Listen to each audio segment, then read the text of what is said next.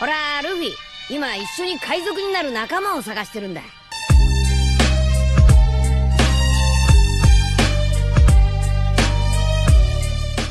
Hello guys, welcome to my channel The Wandering Zoro, your go-to destination for anime-related content.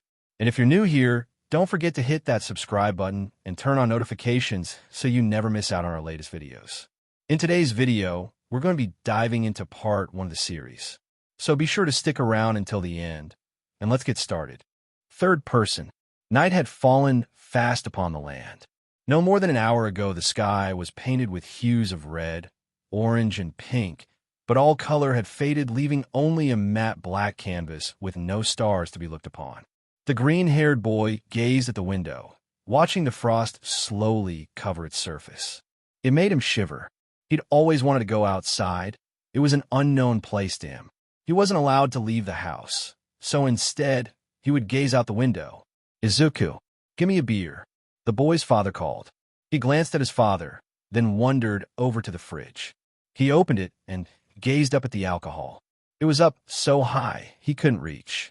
He was only a boy, only 4 years old. It was as if the absence of a mother only made him grow slower, perhaps because he rarely had nutritious meals. He stood as tall as he could, but he still couldn't reach. So instead, he stared at the bottle, stared hard, until it began to float. It slowly made its way into his hands. He allowed a deep sigh, then made his way to his father. He held up the beer with a smile. His father took it and ruffled up his curly hair. Midoriya climbed up onto the couch and stared back out the frost-covered window. His dad's a bit of a drinker. It's how he get his bruises and scars. But he didn't know anything different. He was only a child. A few more beers, and it all started again. The boy's least favorite part of the day, the part where he gets hurt. A hand wrapped itself around the small boy's neck. He was thrown onto the floor. "Why did you have to look so much like her?" His father spat. Fires burned in his eyes. Midoriya hoped he wouldn't use his quirk, but he did. Hisashi blew fire at the boy. His clothes started to burn, but his shoulder and part of his chest were burning the most. Midoriya let out a scream. His dad froze, then gasped. "Izuku, I'm sorry. He apologized. He ripped the boy's burning clothes off and ran to the bathroom. He stood Midoriya in the shower and turned it on cold. Midoriya cried and cried. His body remained stiff from the fear of pain. His shoulder and part of his chest were red, burnt. His father kept him in the cold shower for 20 minutes before he turned the water off. "Dry yourself off. I'll be back," his father ordered. Midoriya stepped out of the shower and reached for a towel. He dried himself off as best he could with his sore shoulder and pulled his shorts on. Hisashi came back in with bandages, which he carefully wrapped around his son's burnt body. When he was done, his son gave him a hug. "I'm sorry," Midoriya mumbled. His father's eyes were wide. His son rarely talked. He picked the boy up and carried him out to the lounge room. "I'll go get some ice cream." He placed his son on the sofa and walked away. Midoriya sunk into the comforting sofa. He liked ice cream. He didn't get to have it much. His father came back and handed him a small bowl of chocolate ice cream. He happily dug in, eating it all up. His burns didn't hurt so much anymore. His father could be nice. During the day, or when he's not drinking, he doesn't hurt him. He doesn't talk to him much either. He just feeds him, sends him to bed, then locks him up during the day while he worked. When he drank, his depressed state exploded within him, and his emotions run rampant.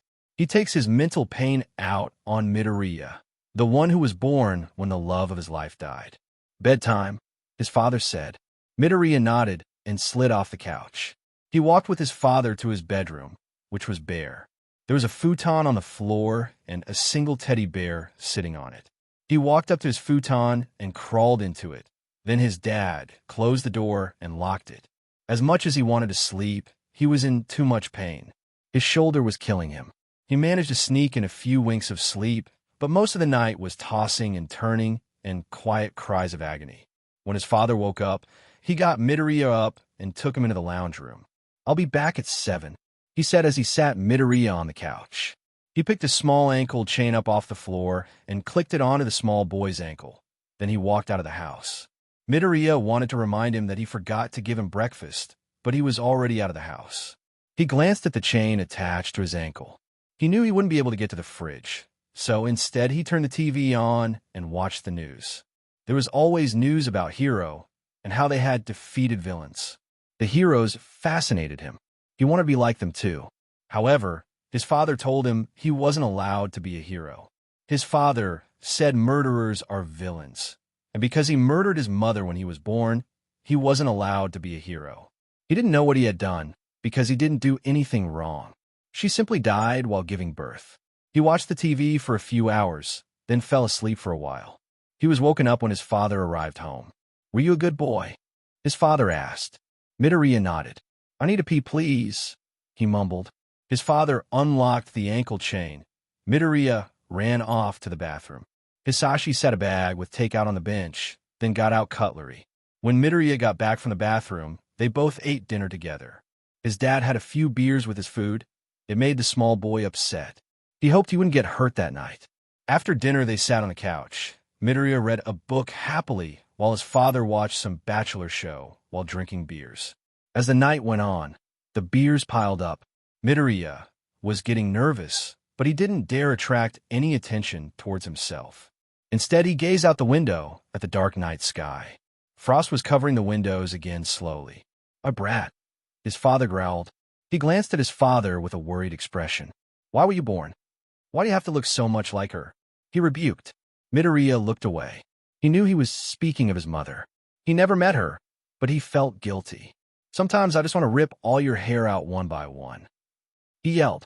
"You know what's the worst? You inherited her quirk. A useless trash like you. You have no right to use her quirk." He snapped. Midoriya flinched at his loud tone. "All you have to do is stare at something, anything. Then it comes to you. Your mother had to use so much mental strength when using that quirk, and you made it seem like a walk in the park." He threw his empty bottle at the wall. It shattered. "How much more disrespect will you show her?" He spat. He glared at Midoriya's eyes, at the emerald orbs that looked just like Inko's. Just like the love of his life's eyes, the mother of his son. "If I rip your pathetic little eyes out, maybe your mom will forgive you for killing her." He stood up, then walked to the kitchen. He got a sharp knife from the drawer, then walked towards Midoriya slowly. "So let me cut your eyes out," he growled. Midoriya was horrified. He covered his eyes with his little hands. "Don't be a brat," Hisashi snapped. He tugged one of Midoriya's arms away from his head and slashed the knife across his eye. Midoriya screamed. He shoved his father away and ran down the hallway. He couldn't see anything. One of his eyes was filled with tears. The other had gone red. They both froze when the doorbell rang. "Open the door. It's the police. Your neighbors complained about yelling and screaming." A man called from behind the door. Hisashi grabbed Midoriya and threw him into a room. He put his finger over his lip, signaling him to be quiet. He creaked the front door open. "What?" Hisashi mumbled. "There have been multiple noise complaints. Let us in, please," the policeman ordered. Hisashi opened the door so they could come in. 3 policemen looked around for a bit. "You've been drinking?" the policeman asked. "Yes," Hisashi mumbled. "Do you live alone?" he asked. Hisashi nodded. "Help!" A quiet voice called from down the hallway. It was quiet, but loud enough for the police to hear. "Who was that?" one of the policemen asked as he walked down the hallway. He walked into the dark room and turned on the lights. Midoriya was scrunched up in the corner. He had his hand over his bleeding eye and had his other one closed and covered by his other hand. "I'm sorry, Daddy. Please don't take my eyes," he begged quietly. "Hanisher, arrest him. Call an ambulance." The police officer yelled down the hallway. "Curse you, you piece of trash," Hisashi snapped as he was forcefully dragged out of the apartment. The policeman kneeled next to Midoriya. "Hey, it's okay. I won't hurt you," he reassured. Midoriya carefully uncovered his eyes. The policeman smiled and handed him a clean cloth. "Keep pressure on your sore. I okay?" the policeman asked. Midoriya placed the cloth over his eyes and pressed carefully on it. He seemed interested in this new person. He had never met a real person other than his father. The police officer picked Midoriya up and walked out of the apartment. "I'm not allowed outside, mister." Midoriya tugged on his blazer. The officer seemed confused but smiled. "Yes, you are, buddy. Now you are," he said. Midoriya stared at him, then looked around at the outside world. Wind made his hair flow. The smell of earth after rain hung through the air. It was like a dream. The ambulance eventually pulled up. The paramedics took Midoriya into the back of the vehicle. Midoriya reached towards his father, who was being taken away in a police car. Midoriya trembled. He didn't know how to behave around strangers. The paramedics were asking him comforting questions, like his favorite color and favorite animal, but he just wanted his dad. The doors in the ambulance closed, and the driver took off. Midoriya felt dizzy. No matter the pressure he applied to his eye, the blood still gushed between his fingers and oozed under his hand.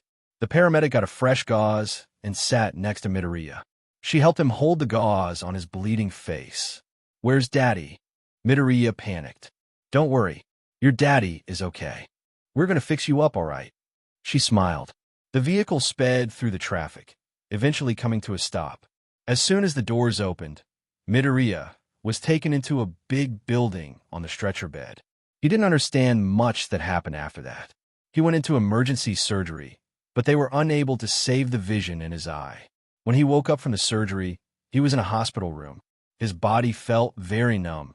His hand was connected to 4. He sat himself up and looked around. Curtains surrounded his bed, and unfamiliar machines beeped in a pattern. He'd seen hospitals in movies. They were normally more scary than this. His arms were wrapped loosely in bandages, hiding all the bruises and cuts his father had given him. He was in a hospital gown, and he could tell they had fixed up his burn because it was easier to move his arm now. He brushed his hand across his damaged eye, but that part of his head was wrapped up in a bandage too. A nurse slid the curtain across as he stared down at a clipboard. He looked up as he walked towards the bed. He was surprised to see Midoriya awake. "Hello, I'm your nurse. My name's Kidamo. Are you feeling okay?" He asked with a comforting smile.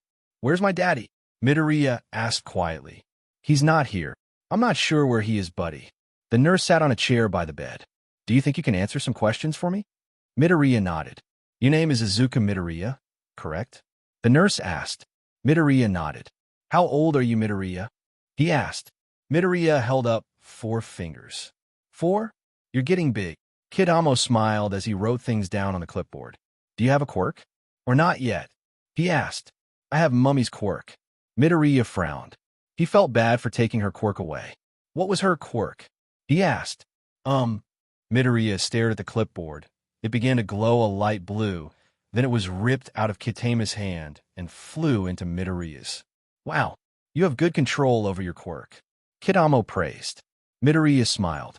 They spent a while talking about his life and how his dad treated him, but it was getting quite late. Kidamo let him go to sleep and closed his curtains. Recap. The vehicle sped through the traffic, eventually coming to a stop. As soon as the doors opened, Midoriya was taken into a big building on the stretcher bed. He didn't understand much that happened after that. He went into emergency surgery, but they were unable to save the vision in his eye. A nurse slid the curtain across as he stared down at a clipboard. He looked up as he walked towards the bed. He was surprised to see Midoriya awake. They spent a while talking about his life and how his dad treated him, but it was getting quite late. Kitamo let him go to sleep and closed his curtains. Third person. It was the next day.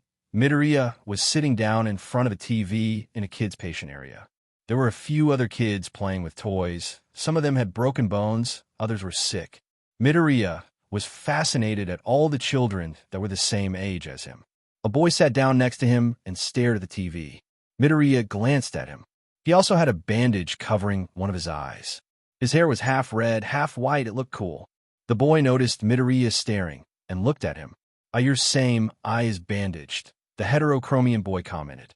Midoriya nodded in agreement. "I'm Todoroki Shoto. Let's be friends." He held out his hand. Midoriya stared at his hand. He'd seen this in movies before. You shake the other person's hand and become acquainted. Midoriya shook his hand and put on a charming smile. "I'm Midoriya Izuku," he said quietly.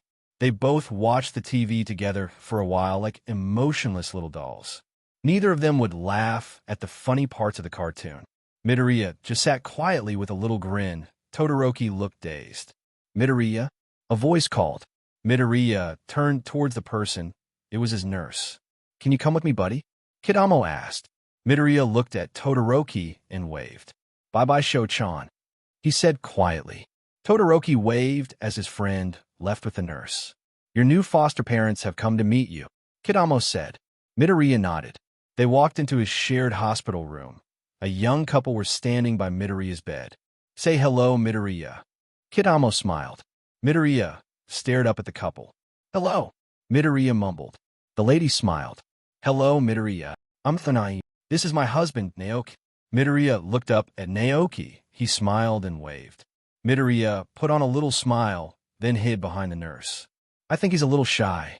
Kidamo chuckled. "He's very cute," Anai commented. Kidamo knelt next to Midoriya. "You're a big boy, right? Do you need help changing, or can you do it alone?" "I can do it." Midoriya tilted his head to the side. Kidamo handed him some neatly folded clothes, and before he could say another word, Midoriya had ran off to the bathroom. Kidamo stood up. "He's got a box of his belongings from home that the police found. I'll give you his medication.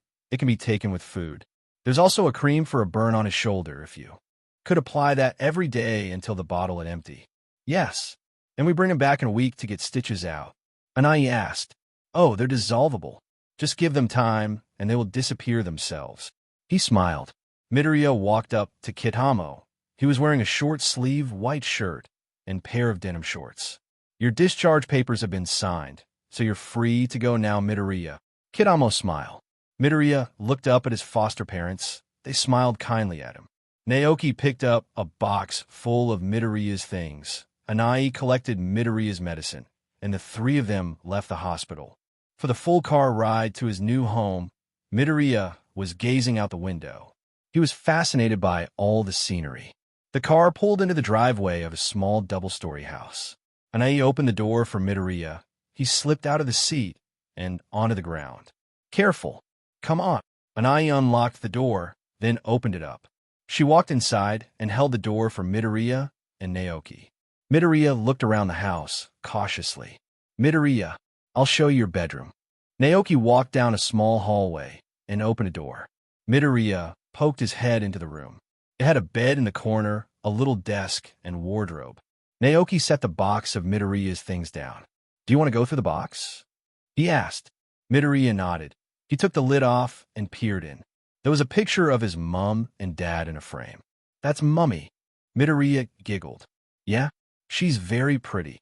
Naoki smiled. Midoriya frowned. "I'm a naughty boy because I killed Mummy." Naoki gently pat Midoriya's green locks of hair. "No, you didn't. She passed because of complications in birth. That's not your fault." Midoriya stayed silent for a bit.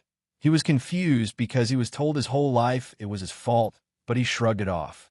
Naoki set the picture on the desk, while Midoriya went through the clothes. Naoki helped him put the clothes away. At the bottom of the box was his little teddy bear. He picked it up and hugged it. "Midoriya, let's go watch TV." Naoki walked out of Midoriya's bedroom and walked into the lounge room. Midoriya put his teddy down and followed Naoki.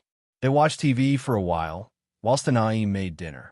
Midoriya stared out the window most of the time. He watched the butterflies that flew around the flowers in the garden. He glanced back inside, then began studying the house. He noticed bookshelf, then gazed upon the books. "Mister," Midoriya looked up at Naoki. "Yeah." Naoki smiled. Midoriya pointed at the books. "Can I read, please?" he asked quietly. "HM? Yeah. But they might be a big hard." Naoki mumbled. Midoriya got off the sofa and walked up to the bookshelf. He pulled out a biology book and stared at the cover. There was a DNA molecule and cells on the front cover. Midoriya sat down on the floor and read through the book. Naoki stared at the book, wondering if Midoriya was just looking at the pictures. "Can you read that?" he asked. Midoriya looked up at him and nodded. "Can you come read it to me?" Naoki asked. Midoriya nodded and climbed up onto the sofa. He sat with the book open on his lap. Scientific understanding is constantly being reviewed, challenged, and refined. Sometimes scientists collaborate, and sometimes scientific teams compete to make discoveries first. The scientific understanding of genes and DNA are no exception. Midoriya quietly read aloud. "Do you read a lot?" he asked. Midoriya nodded. Daddy would bring me books to read during the day while he worked. That's impressive. Naoki smiled. Boys. Dinner. Anai called. Naoki stood up. Come, leave the book here. Midoriya put the book down and followed Naoki into the kitchen. They all sat down and ate food. Midoriya had never had a home-cooked meal before. To him, it tasted amazing. He ate the whole thing happily. After dinner, Anai gave him a small cup that had a pink liquid in it. Can you drink your medicine? She asked him. Midoriya nodded and gulped down the medicine. Good boy. I'll help you take a bath now, okay? She smiled. He agreed unenthusiastically and hopped off his seat. He didn't want to protest. When he disagreed with his father, he would usually get yelled at or beaten when his dad was drunk. She walked with him to the bathroom, where she ran the bath. Do you need help getting undressed? She asked. Midoriya shook his head and carefully took his shirt off. He didn't want to irritate his burns. She helped him take off the bandages on his burn and the bandages covering his bruises on his arms. She unraveled the bandages around his eye. Underneath, it was a big patch covering his eye and the wound secured with medical tape. She helped him wash his hair without getting his eye wet and was extra careful with his burn. When he got out, she dried him off, put a special cream on his burn which he pretended wasn't hurting him, wrapped his burn and eye up, then helped him change into his pajamas. He felt comfortable. He never had someone help him when he was in pain or unwell. She took him to bed and tucked him in with his teddy. Rest easy. Come find me if you're in any pain. She whispered, then left the room, leaving the door open so light could guide the way to the exit. He slept peacefully. Third person. Midoriya had been with his new family for a few weeks. He wasn't getting used to their love and care. Naoki and Anai ran a business together. Sometimes he heard them stressing about the business financial status and some scary higher-ups who were violent. While Naoki worked, Midoriya would spend the day with Anai instead of locked up with books and the TV. They would leave the house, go to parks, and go on walks. He loved being outside and exploring nature. Anai noticed he had a problem with making his own decisions. He would always obey whatever he was told. He wouldn't complain or protest. At night, when they were eating dinner, he would always glance out the window into the darkness, then nervously fidget as if he were afraid of something. They were walking through a small wildlife park, hand in hand. Midoriya was gazing at all the pretty flowers and watching the ducks that swam through the water. They both got ice cream and sat on a bench while they ate it. Izuku, you turn 5 soon. Are you excited to go to school? She asked. Midoriya looked up at her with hopeful eyes. I get to go to school. He asked quietly. Of course you do. She smiled happily. Midoriya looked down at his shoes while he swung his legs off the bench. Daddy said I'm a bad boy and I'm not allowed to go to school. Midoriya explained. You're a very good boy. Your daddy is wrong. She carefully stroked his green hair. Midoriya looked up at her with a happy smile. Okay. They eventually made their way home from the park. Midoriya read more books when they got home, while Anai made snacks. Izuku, do you want to take the bandage off your eye now? She asked. I can. He asked. The stitches should have fallen off now. She explained, then she sat next to him. He carefully unraveled the bandage around his eye, then pulled the tape off the old wound. The stitches had come off, and his wound had healed. There was a thin pink scar across his eye. Can you open your eye? She asked. Midoriya shook his head. That's okay. She smiled. Midoriya covered his eyes carefully. Are you going to? Take my eye. He mumbled. Oh no, sweetie. Definitely not. She pulled him into a warm hug. He hid his face in her. But they say you will. Midoriya mumbled. Who? She asked. The voices. Midoriya glanced up at her. She looked surprised. Voices? She questioned. Yes. They say, you're going to take my eyes and beat me. Midoriya explained quietly. Sweetie, those voices aren't real. She sounded concerned. Not real. Midoriya mumbled. He seemed confused.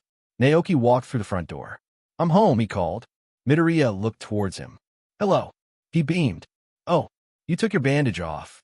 Naoki smiled and ruffled up Midoriya's hair. Yes. Midoriya smiled. Izuku, do you want to go read a book, sweetie? Anai asked. Midoriya assessed her expression, then hopped off the couch and walked up to the bookshelf. Anai looked up at her husband. He said he hears voices, she mumbled quietly. Naoki frowned then, sat down next to her. What do you mean? He asked. He asked me if I would take his eye. And I told him I wouldn't. Then he said the voices told him I would take his eye and beat him. Anai mumbled. Naoki glanced at the young boy. He was happily reading a biology book. Maybe we should take him somewhere, Naoki suggested. Yeah. Well, school starts tomorrow. We can see how it goes for him, Anai said. Naoki nodded. Apparently they're coming to Japan, the bosses. If they find us, we are done for. Naoki mumbled. Oh no, I don't think they will find us. Even if our business stole all their profit, surely they won't do anything. Anai mentioned. I think they might kill us. He whispered. School came quick. Anai was helping Midoriya into a nice outfit. Are you going to make lots of friends today? Anai asked with a smile. Yes. Midoriya smiled. Good. She brushed his hair gently. It hurts when I use my quirk, Midoriya mentioned. What hurts? Anai asked. My eye. Midoriya carefully held his hand over his eye. That's not good. Don't use your quirk. We can go get your eye checked at a doctor. Anai smiled. Midoriya nodded happily. They eventually left the house and walked towards the school. Midoriya was clinging onto the straps of his bag with an excited grin. They approached a small school. Anai walked Midoriya through the welcoming gates and helped him find his classroom. I'll meet you right here after school, okay? Be a good boy. Anai smiled. Midoriya nodded, then walked into the classroom.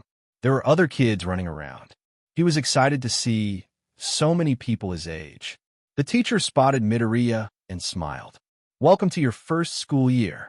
What's your name? The teacher asked. Midoriya glanced up at the teacher and smiled sheepishly. Midoriya Izuku. He mumbled. All right, Midoriya. Let me help you find your shelf. The teacher guided Midoriya over to a set of shelves. Names were attached to each box. Midoriya found his name, then slid his badge into the shelf. Here. Midoriya smiled. Oh, can you read your own name? She asked. Yes. He mumbled. A little bell rang through the school. The teacher smiled. That's Cleaver. Everyone, sit down in a big circle.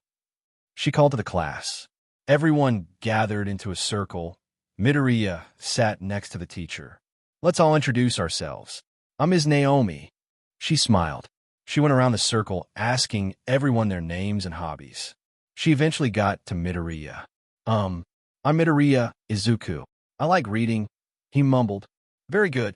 The teacher smiled. She talked to the class about school. Midoriya felt uncomfortable. They spent most of the morning playing games, getting to know each other, but Midoriya didn't really make any friends.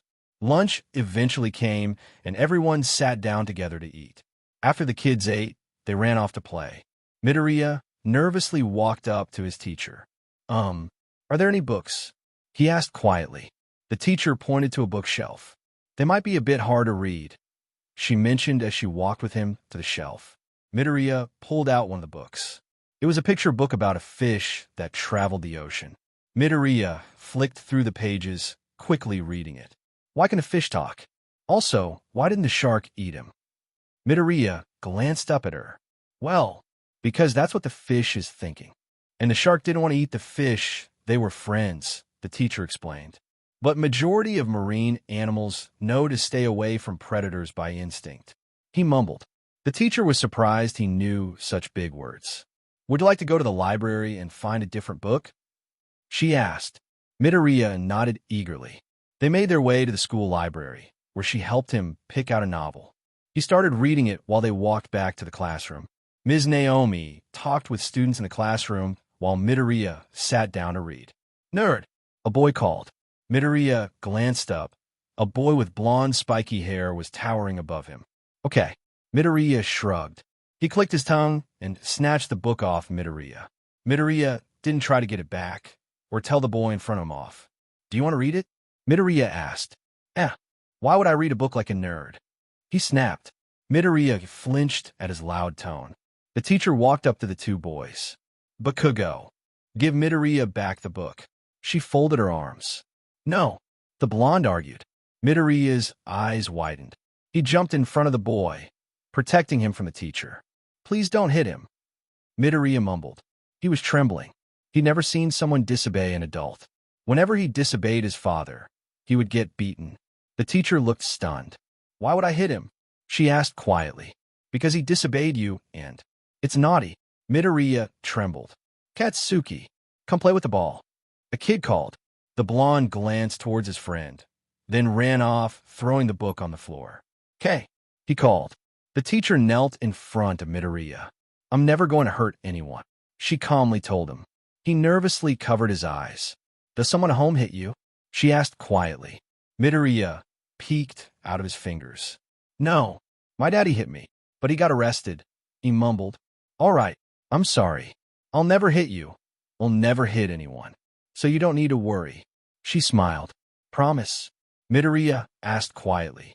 "I promise," she smiled. Midoriya took his hands away from his face and sighed. "Okay," he smiled. The end of the day eventually came, and Midoriya walked home with Anai. They cooked dinner together while they waited for Naoki to return from work.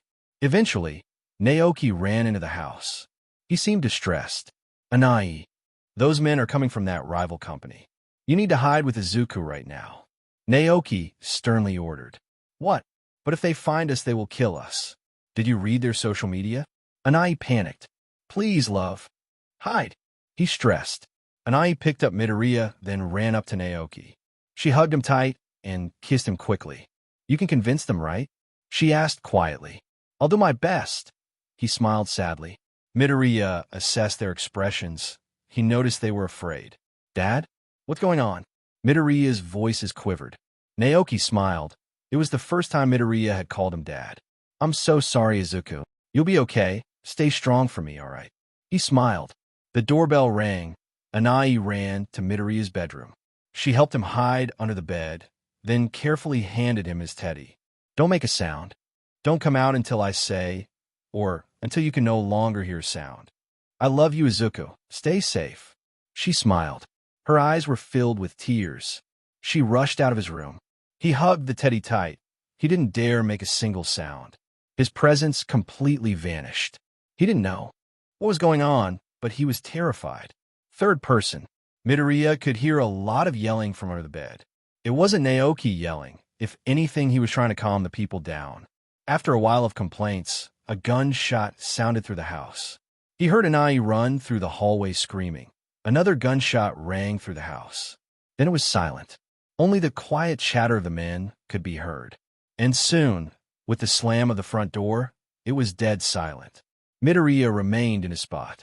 He fell asleep eventually, and when he awoke, it was still silent. He crawled out from under the bed, then walked into the main room.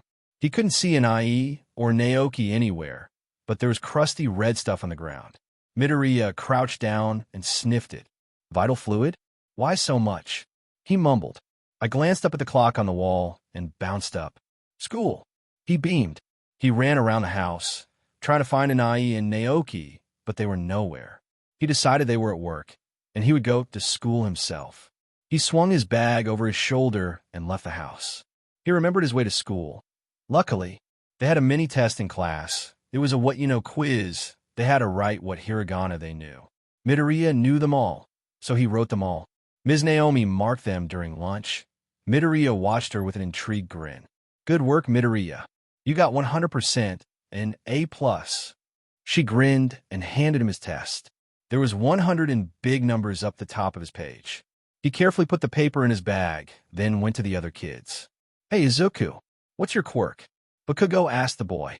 Midoriya, he thought intently. Anai had told him he wasn't allowed to use his quirk, since it hurts his eye. I can't use my quirk. Midoriya said. Huh? Are you quirkless? The blonde asked. Quirkless? Midoriya questioned. When you're without a quirk, idiot. He snapped. Oh, I guess I am. Midoriya mumbled. Ha ha ha. Useless Deku. Bakugo teased. Midoriya tilted his head to the side, seeming more confused than offended. When school ended, Midoriya rushed home to show Anai and Naoki his achievement. But when he opened the front door, everything was quiet. He walked aimlessly around the house. It was quiet, silent. He placed the test on the floor and stared at it. Maybe when Anai and Naoki come back, they will see it. But they never came back. 8 years later, Midoriya opened the door to his house. The wind from the cold outside world sucked out all the warmth in the house. He walked inside with a piece of paper in his hand. Then he placed the piece of paper on the floor. He gazed around the house.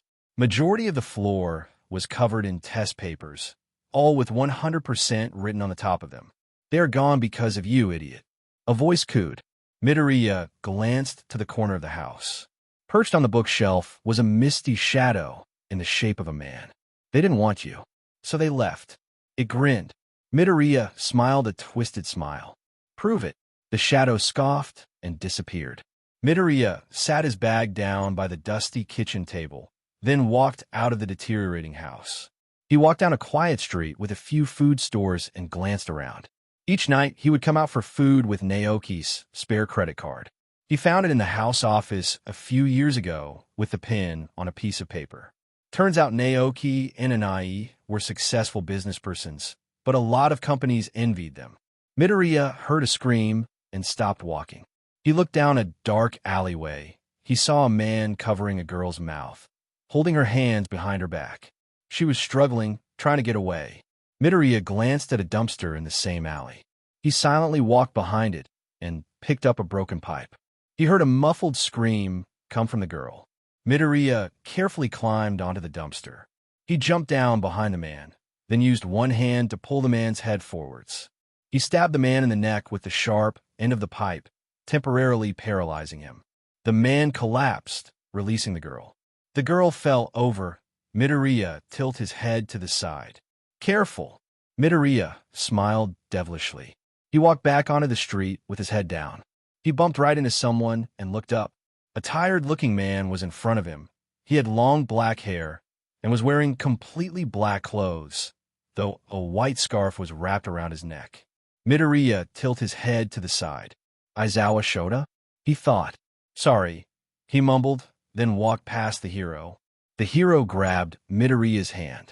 Kid, did you hear a girl scream down that alleyway? He asked. Yes, but she's okay now. Midoriya pulled his hand away and kept walking. The hero walked down the alleyway. Midoriya glared in the direction he walked. He snuck after the man, hiding behind the dumpster. The hero helped the girl up and walked her out onto the street. She pointed at a store, then waved goodbye and ran off. Midoriya sighed and dusted himself off, but he was suddenly wrapped up in a white scarf-looking thing. He glanced up at the cause of this predicament. Aizawa was holding the end of the scarf. Did you kill him? The man asked. Midoriya stared at him, then tilted his head to the side. I sure did assault him, though he is alive. Midoriya put on a broken smile. The hero glanced towards the man that was originally laying on the floor, but he was gone. Behind you, Midoriya cooed. Aizawa spun around. The guy who attacked the girl was running towards him, getting ready to punch him. Die, hero! The guy yelled. The black-haired man got in a fighting stance, but the guy suddenly froze. His body was glowing a dim green. He was completely still. You have to act quick, hero. Midoriya escaped from the scarf and jumped over the black-haired man's shoulders and towards the paralyzed man. He tackled the man to the floor, pulling his paralyzed arms behind his back. The glow disappeared. Are you a hero? The black-haired man asked Midoriya as he walked up to them. You said it yourself, I'm just a kid. Midoriya grinned, releasing his grip on the man as he looked up at the hero. You knew I was a hero? The man asked. You're Aizawa Shota, aren't you? Midoriya asked. He grabbed the teen's face and stared at it. You're I, the hero said with a concerned tone. Midoriya covered his eyes. Don't take my eyes. He whispered. What? You, eyes bleeding kid. He mumbled. Midoriya glanced at his hands. There was blood. Oh, that's because I used my quirk. He mumbled. A sharp stabbing pain drilled itself into Midoriya's stomach. He glared down at the man. He was stabbing Midoriya with the broken pipe. The hero tied the man's hands up with his scarf and wrapped his arms around Midoriya's waist. He jumped out of the way with the teen and carefully placed his hand over the stab wound. Maybe you need to act quick, kid. Aizawa mocked. Midoriya chuckled. You got me there, he mumbled. Why are you having a friendly conversation while I'm trying to kill the kid? The man snapped. Midoriya and Aizawa blankly glanced at the man, who was restrained. Aizawa looked back at Midoriya. Call the police and an ambulance. Aizawa mumbled. I don't own a phone. Midoriya carefully stood up. His vital fluid began staining his white school shirt. The hero threw his own phone at Midoriya, who instinctively caught it. Use mine. Aizawa mumbled as he started tying the man up. Midoriya's stomach growled, he sighed. He called 110 and put on speaker. Hello, 110, what's your emergency? The dispatcher said. Eraserhead has caught a villain on X Street. Midoriya mumbled. All right, we will send police. Is anyone injured? The dispatcher asked. Shota-kun, are you injured? Midoriya asked. Oi, I'm your elder. That's Aizawa to you, the hero complained. Midoriya stared at the hero, then looked away. No one is injured. Midoriya sighed into the phone. What do you mean no one is injured? Aizawa snapped. Midoriya chucked the phone to the hero. Well, see ya, I'm hungry. Midoriya waved as he walked off. Aizawa caught his phone and sat it down. He couldn't bind the teen since his scarf was already around the man, and he couldn't run after him either. Midoriya walked into a small store and eventually walked back out with a shopping bag. The police had pulled up and were arresting the man. Aizawa glanced at Midoriya and pointed at him. The policeman looked towards him. Midoriya spotted them looking, held up a peace sign, and ran away. Midoriya had ran home away from Aizawa. He sat down by the broken table and reached into the bag. He pulled out a sandwich and ate it quietly. It was the same as most nights. He would buy food, go home, eat it, all alone in the silence.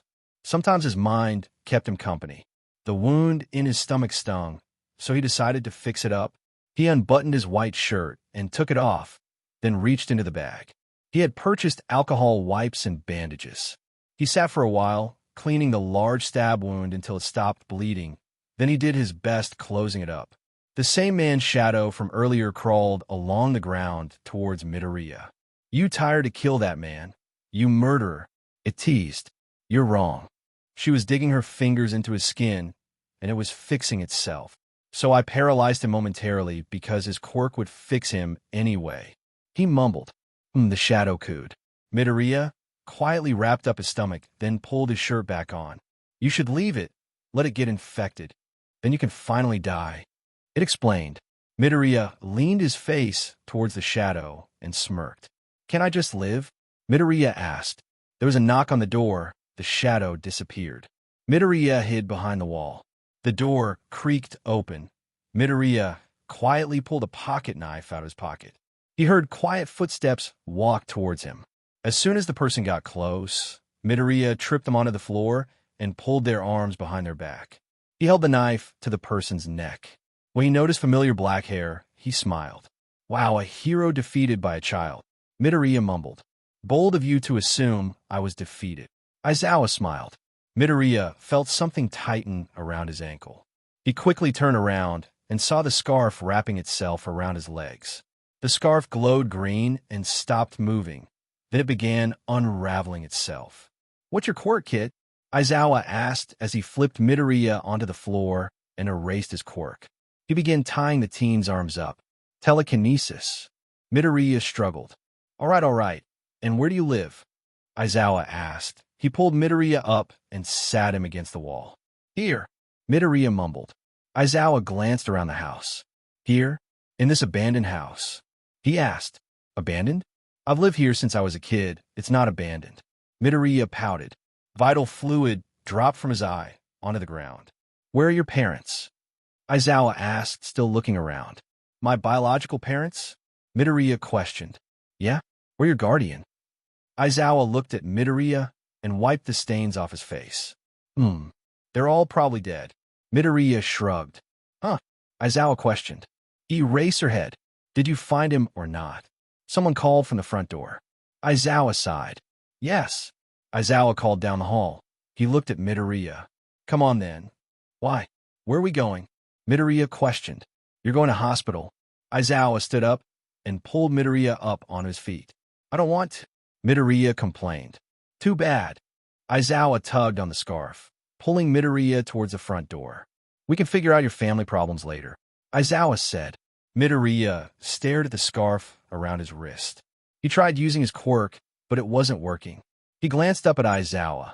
He was erasing his quirk with a smirk. Aizawa helped Midoriya into a police car, then sat next to him. A policeman sat in the car and drove off. Aizawa chatted with the policeman. Midoriya went into his own little world. He started drowning in his thoughts. Where did they go? Did they die that day? Did Daddy get out of prison? Why do I have to go to hospital? The shadow man formed next to Midoriya and smirked. Guess what? They are taking you to the hospital, and they're taking your eyes. A knife formed in the shadow's hand. He launched himself at Midoriya. No, they aren't. Midoriya spat. He covered his eyes. Aizawa glanced at Midoriya, then pat him on the shoulder. Midoriya flinched and cautiously glared at Aizawa. What? Midoriya snapped. Who are you talking to?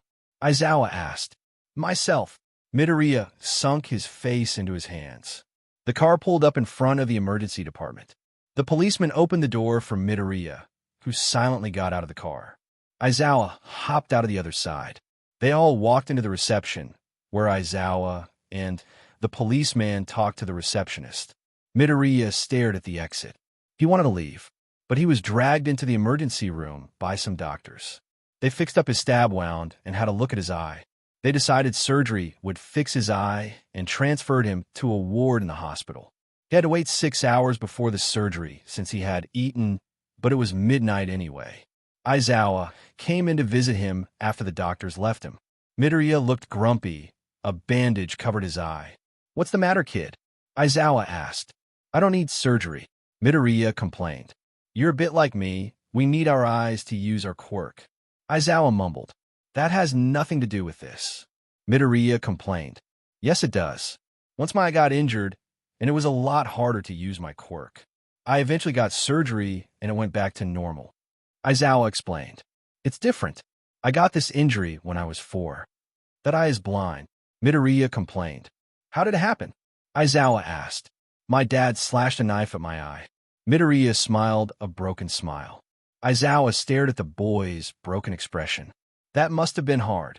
He mumbled. Midoriya shrugged. It was a long time ago. That doesn't mean a thing. It still must traumatize you. Aizawa said. Midoriya sighed and pulled the sheet over his head. It had been a while since he slept on such a clean bed. It angered him. Everything around him had always been unclean, and he didn't want anything different. Aizawa carefully pat the teen's green hair. I'll come see you tomorrow morning after your surgery. You get some rest, Aizawa said, then walked off. Midoriya wanted to ask why. Why would he come back? But he was so tired, so instead he fell asleep. He was woken up by a nurse at around 5:30 in the morning. She told him he was going into surgery soon, then prepared him. Surgery lasted an hour, and he woke up at 7:15. He felt groggy, but didn't want to miss school. He ripped the 4 out of his arm and pulled his clothes on. Thankfully, his long-sleeve school shirt soaked up all the vital fluid from his arm. He snuck out of the ward, then took the lift down to the ground floor. He rushed out of the hospital and started running home. Look how easy that was. Why didn't you do it yesterday, idiot? The shadow called. Midoriya went down a side street and looked toward the shadow. He was floating next. To Midoriya with an evil grin on. You'll be late to school if you keep dawdling. The shadow teased. Midoriya punched shadow from his mind. It slowly faded away. Midoriya ran to his house, then walked into his bedroom. He pulled out his clean uniform and put it on. A long-sleeve white shirt with a navy blue jumper and gray trousers. He gently tucked the shirt into the pants and looked at himself in his cracked mirror. A bandage was tightly wrapped around his eye. Apart from that and the dark bags under his eyes, he looked like every other middle school student. He walked into the kitchen and swung his bag over his shoulder, then glanced at the time. 8:20. He had 10 minutes to get to school, which was fine. He left his deteriorating house and walked silently to school. Unfortunately, he was forced to tell the hospital his name and age and what school he went to, so he would probably get found. It bothered him, but not as much as the aching pain in his head. The walk felt far shorter than normal. He was already at his school. He walked to his classroom and sat his bag on the hook of his desk. Other kids were already in their group of friends, chatting away to each other. Deku, a familiar voice snapped. Midoriya glanced towards the blonde that had disrupted the peaceful classroom. What happened to your eye? He questioned. It doesn't matter. Midoriya answered. He kicked Midoriya in the shin. F you, shitty Deku. Go take a swan dive off the roof, quirkless monster. Katsuki snapped. The shadow walked up behind Katsuki and placed its hand on his shoulder. Take his advice. It taunted. Midoriya chuckled quietly. Oh no, maybe I will kaken. Midoriya glared at the blonde, who shot the green net a worried look. The teacher walked into class and told everyone to shut up. The day was rather tedious. Midoriya wanted to go home and nap. His eye was beginning to hurt. It annoyed him more than it pained him, though. Third person. The end of the day came, and Midoriya left the school quietly. As soon as he stepped out of the gate, someone grabbed his arm and dragged him toward the car. Midoriya could tell from the stupid white scarf that it was Aizawa. Leave me alone, stupid hero, Midoriya complained. The scarf began wrapping itself around him. Aizawa sat the teen in the car and closed the door, then sat in the driver's seat. Midoriya was too weak to escape from the scarf. Why did you leave the hospital, dumb problem child? Aizawa complained. Because I had school, Midoriya replied. You had surgery. Plus, since you apparently have no guardian, the hospital was in charge of your health and safety. You weren't supposed to leave until they found you some foster parents. Aizawa complained. Midoriya clicked his tongue and sighed. I'm fine on my own. I'm not going into foster care. Midoriya complained. You're 13, Aizawa mentioned. I've lived alone for 8 years, and you think the older I get, the less capable I am to care for myself? Midoriya argued. 8 years? How is that possible? Aizawa asked. I get fed at school and found my guardian's credit card. Midoriya folded his arms. No, I mean, how can a 5-year-old survive without an adult, without a role model? Aizawa sympathized. What good are adults? Half of them abuse you, the other half disappear. Don't even try putting me in another home. I'll just run away. Midoriya looked out the window. All the students were leaving the school in their friend groups. He had never had a friend. Whoever is bullied is the outcast. No one wants to get close to you.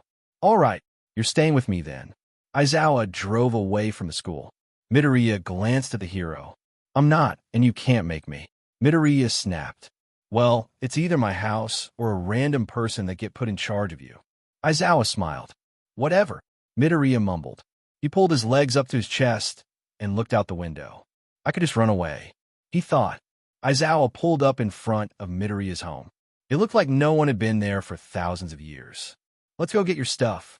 Aizawa unplugged his seatbelt and hopped out of the car. Midoriya stepped out of the car and walked into the house. They walked into the house, but Midoriya stopped. He stared at all the paper on the floor. All the tests with 100 up the top. Why are all these even here? Aizawa asked. I got my first test back the day in IE, and Naoki disappeared. I was proud. I wanted them to see. So I sat it down thinking they would see it when they got home from work. Midoriya explained. He walked across all the tests on the floor, which had been covered in dirt. Aizawa followed the peculiar child. Midoriya carefully packed his few belongings into a box, then picked it up. Well, teach me how to exist, Mr. Adult. Midoriya mocked as he walked out of the house. Aizawa followed him with a grin. The drive to Aizawa's house was long. Midoriya's headache was getting worse, so he decided to sleep it off. Aizawa shook him when they arrived. His eye cracked open. We are here, Aizawa told him. Midoriya nodded and carefully got out of the car. He looked up at the house and gasped. It was massive, certainly almost intimidating. Aizawa picked up Midoriya's box and walked to the door. The teen quietly followed after him. Just how rich are heroes? Midoriya questioned. Aizawa unlocked the door and pushed it open. Good question, he replied as he walked inside. Shota, someone yelled. Midoriya's headache suddenly got worse. A man with blonde hair jumped down the stairs and hugged the hero. Midoriya knew who he was. He closed the front door, making his presence obvious. The blonde spotted Midoriya and walked up to him. Who's this little listener? He asked with a smile, toning down his voice. This is the problem child I was talking about. We are going to foster him now. Aizawa said. Huh, really? He screamed. Yes, Hizashi. Don't be so loud, I'm tired. Aizawa sighed. Hizashi picked Midoriya up. We get our own son. Hizashi cheered. Midoriya kicked the hero in the nuts, forcing him to let go, which then allowed him to trip the hero onto his face. Dream on. Midoriya walked over the dead man in front of him and went up to Aizawa. Aizawa burst into laughter. You were beaten by a kid, Aizawa teased. Midoriya glanced up at Aizawa and tilted his head to the side. I've knocked you down too. Midoriya mumbled. Yeah, shut up. I'll take you to your room. Aizawa sighed and walked up a set of stairs. Midoriya picked Hizashi back up onto his feet, then followed Aizawa up the stairs. They walked into a big bedroom. There was a desk and wardrobe with a bed in the middle of the room. So, where would you like to go to school? You can stay at your current one, or you could go to one closer to this house. Aizawa suggested. Couldn't care less. Midoriya mumbled. Don't you have friends at your current school? He asked. Friends? One of the kids today told me to swan dive off a roof. I don't think you can call that friendship. Midoriya shrugged. Huh? Doesn't that bother you? Aizawa questioned. Midoriya shrugged and walked around the room. Well then, I'll put you in a different school. Aizawa mumbled. Midoriya stared at Aizawa.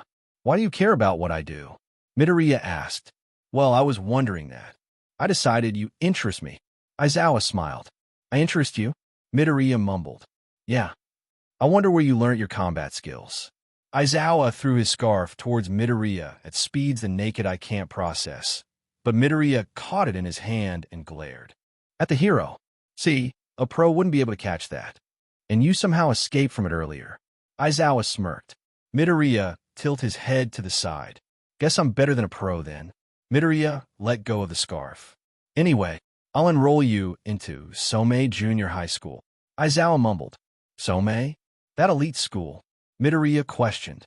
You got 100 on all those tests. I'm sure they would love for you to join the school. Aizawa sat Midoriya's stuff on the bed. Dinner's in a few minutes. Come down when you're ready. He walked out of the room. Wow, look at you, living in a hero's house. Midoriya spun around. The shadow was sitting at his desk. Midoriya smirked, then did a playful bow. Oh yes, this will be interesting. Midoriya cooed. The next day came. Aizawa was taking Midoriya into an entrance exam for Somei Junior High School. The principal said Midoriya could attend the school if he got above 80% on the entrance exam. What do you even want to do when you leave school? Aizawa asked. Probably swan dive off a roof. Midoriya jumped up onto a brick wall and walked along it. Just like this. Midoriya dove off the wall, but flipped onto his feet before he hit the ground. That was dangerous. Aizawa scolded. Sorry, next time I'll aim for my head. Midoriya walked into the large private school. Aizawa shook his head with an unsatisfied grin. The exam was held in a small room. Midoriya sat at a desk with a long test. He had 3 hours to do it, but it only took him half an hour. He made the supervising teacher mark it for the remaining 2.5 hours. Unsurprisingly, he got 100%. Aizawa and Midoriya got the uniform, then went back home. Both the boys spent the afternoon sleeping since Midoriya was recovering from surgery, and Aizawa only got a few hours of sleep every day. Third person. It was the first day at Midoriya's new school. He had been introduced to the class before everyone immediately got stuck into work. Though, his first day at an elite private school wasn't like he thought it would be. Not everyone was stuck into studying. In fact, majority of the students, no matter the gender, were no different to the kids from his previous school. There definitely were a few with their heads stuck in books, but most were gossiping or talking about who they had a crush on. A lot of them were talking about the eye patch Midoriya was wearing. He didn't want to wear it, but Aizawa insisted since it protects him from bright lights. Midoriya-kun. Someone yelled.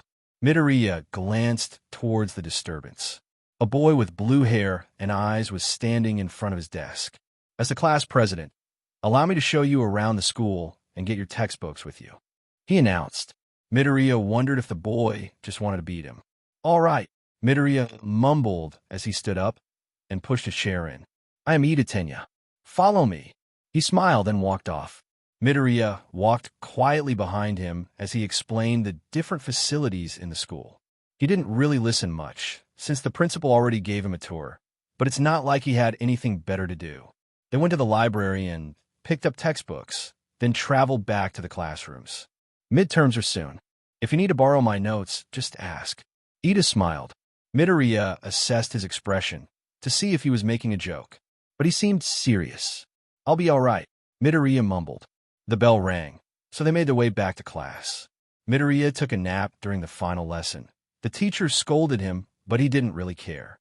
After school, Midoriya walked off into a forest. He knew the way to Aizawa's house. He just couldn't be bothered going there. He sat by a river and watched the flowing water.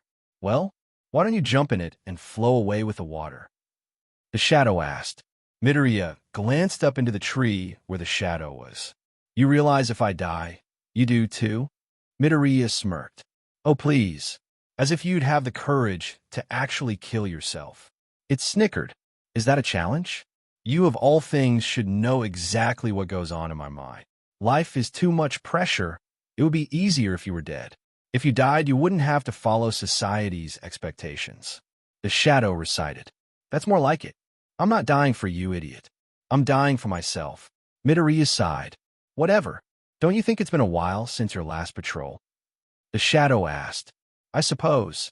Midoriya stood up and dusted himself off. Good, let's go. The shadow disappeared. Midoriya walked out of the forest and towards the city. Midoriya made a habit of going on his own little patrols. Kind of like what a hero does, but he doesn't act like a hero. He eliminates villains with bad goals, or heroes that are obsessed with fame. He walked into a small underground store. The store owner stared at him. Midoriya waved with a devilish smile, then walked through the staff doors. Midoriya, it's been a while. Someone called. Midoriya sat his bag down on a chair and looked towards the person. I've been a bit busy lately. How are you, Stain? Midoriya asked with a broken grin. I'm fine. Stain slid a cup of tea across the table to Midoriya. Unfortunately, I have no time for tea.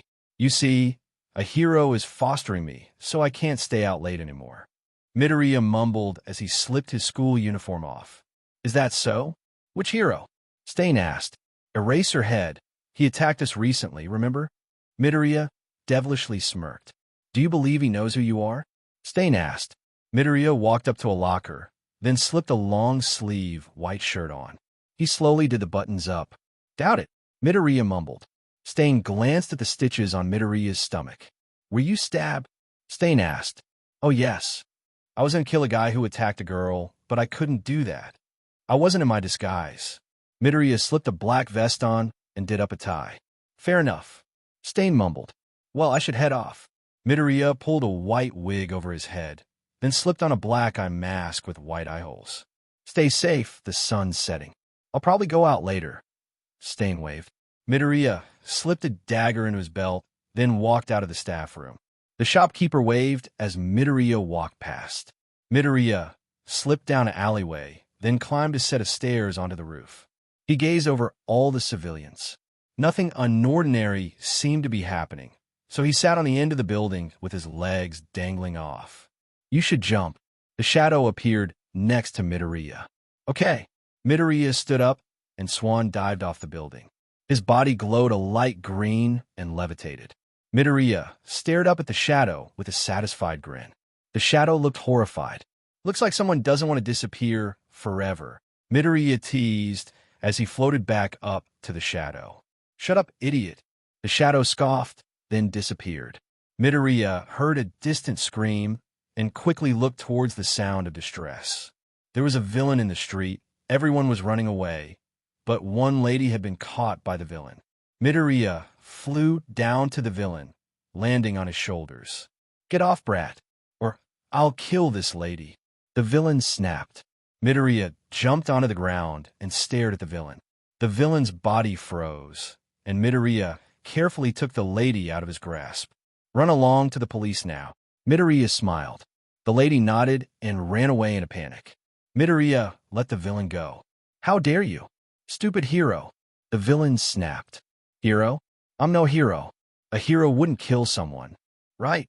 Midoriya chuckled and held up his hand. The villain's head completely detached from his body. Vital fluid poured everywhere. Midoriya jumped into the air, then levitated quickly to the top of a roof. How boring. Sparring with heroes is much more exciting. Midoriya mumbled. He jumped along the different rooftops until he was in a completely different section of the city. He wandered around for a while until he spotted a villain.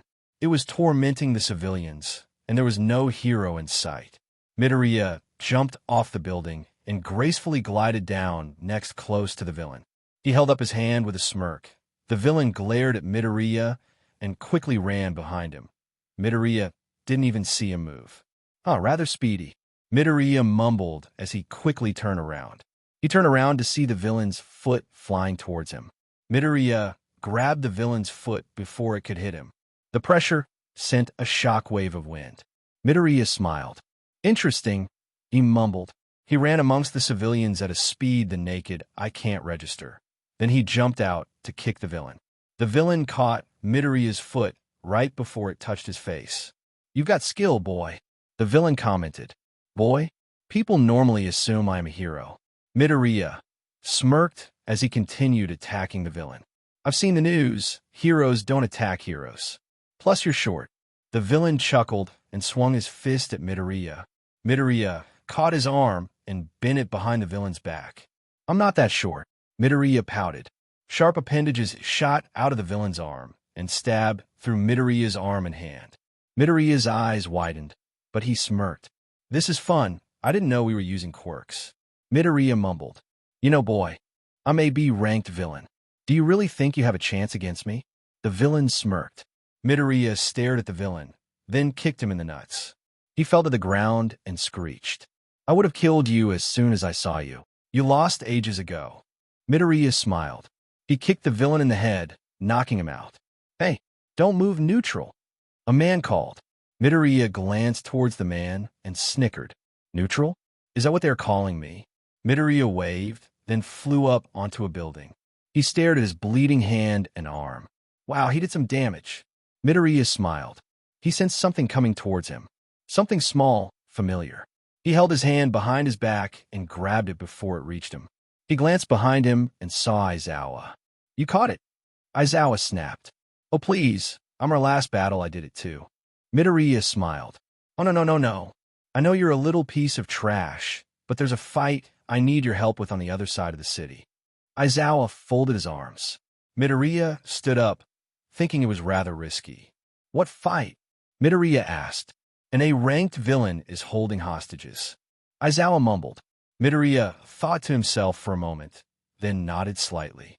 "All right, I'll help, but let's make this quick." Midoriya mumbled. So, this was the end of part 1 of this series. Stay tuned for next part of this series, and if you like this video, don't forget to like, share, and subscribe to our channel. Until next time.